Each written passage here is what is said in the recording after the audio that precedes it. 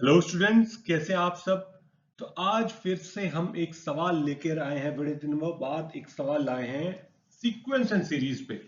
बीच में हम quadratic equation में घुस गए थे। तो सीक्वेंस एंड सीरीज का ये जो सवाल है, find the sum of the series 7 plus 7 7 plus 7 7 7। ये जो सवाल है आपने अक्सर देखा होगा और सोचा होगा यार इसको कैसे किया जाए। बिल्कुल सिंपल सवाल है, बहुत ज्यादा डिफिकल्ट नहीं है। आइए इसका सॉल्यूशन देखते हैं। उससे पहले एक बार ऑप्शंस की तरफ नजर मारते हैं कि 7 हर जगह बाहर लिखा हुआ है और नीचे कुछ 9 या और 9 का एक मल्टीपल 9 का स्क्वायर 81 लिखा हुआ है। ओके। और जब इतनी बार 7 दिख रहे हैं तो मेरा ऐसा मन हो रहा है कि क्यों ना 7 को बाहर बुला ले अलग से, कि भाई एक बार बाहर आओ, तुमको अलग से देखेंगे हम। 7 को बाहर निकाल लिया। 1 प्लस ट्रिपल 1 प्लस 1 1 1 1 और इस तरीके से टर्म चलते रहेंगे। अच्छा, इससे काम नहीं बना। अब क्या किया जाए। कुछ जीपी जैसा टर्म मैं बना सकता हूँ क्या यहाँ पे।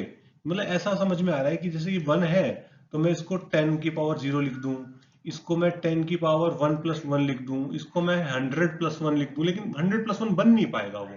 तो कुछ और होना चाहिए। 10 का सहारा लेना चाह रहा हूँ क्योंकि मुझे दिख रहा है कि 10 का कुछ तो रोल है। क्योंकि 10 की पावर बढ़ रही है, पहले 10 की पावर 0, फिर 1 2 3। ये तो मुझे दिख रहा है, लेकिन कैसे यूज करूं। तो एक काम करते हैं। देखो ना, क्वेश्चन में भी, क्वेश्चन के ऑप्शन भी कह रहे हैं कि क्या करना है अपने को। 9 मल्टीप्लाई करो तो ये आ जाएगा 9 प्लस 9 प्लस 999 प्लस, ऐसे चलता चला जाएगा पूरा का पूरा। ओके। और जब 9 लिख ही दिया है तो 9 को मैं लिखूंगा 10 माइनस 1 करके।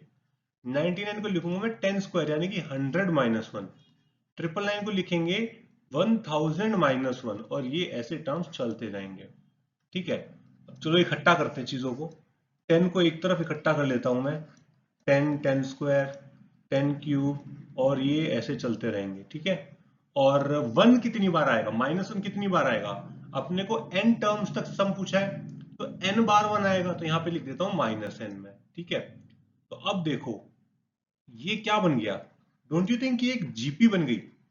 सम of first n terms of a GP. तो उसका फॉर्मूला क्या है। 7/n into 10 first term into common ratio की पावर नंबर ऑफ टर्म्स यानी कि 10 की पावर n -1 अपॉन 10 माइनस 1 यानी कि 9 माइनस n।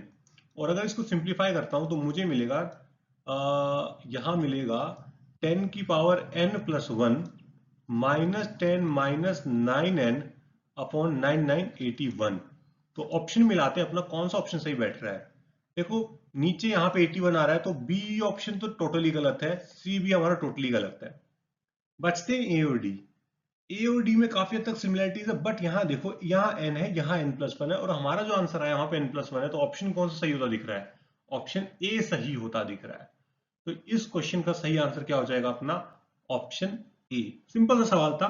इसी से मिलता जुलता एक सवाल है जो कि जेई मेंस 2013 में पूछा गया था। Find the sum of first 20 terms of the sequence 0.7 0.77 0.777 और ऐसे 77 आते जाएंगे। सेम वही काम करना है। ठीक है। सिमिलर टाइप का काम करना है। एक बार क्वेश्चन ट्राई कीजिएगा, बिल्कुल इजी क्वेश्चन है। जैसे पिछला क्वेश्चन किया था सेम तरीके से जाना है, आपको बिल्कुल दिक्कत नहीं आएगी, बहुत स्मूथली हो जाएगा। और ये है आपका आज का होमवर्क प्रॉब्लम। तो चलिए फिर मिलते हैं आपसे अगली वीडियो में एक और सवाल के साथ। तब तक के लिए धन्यवाद।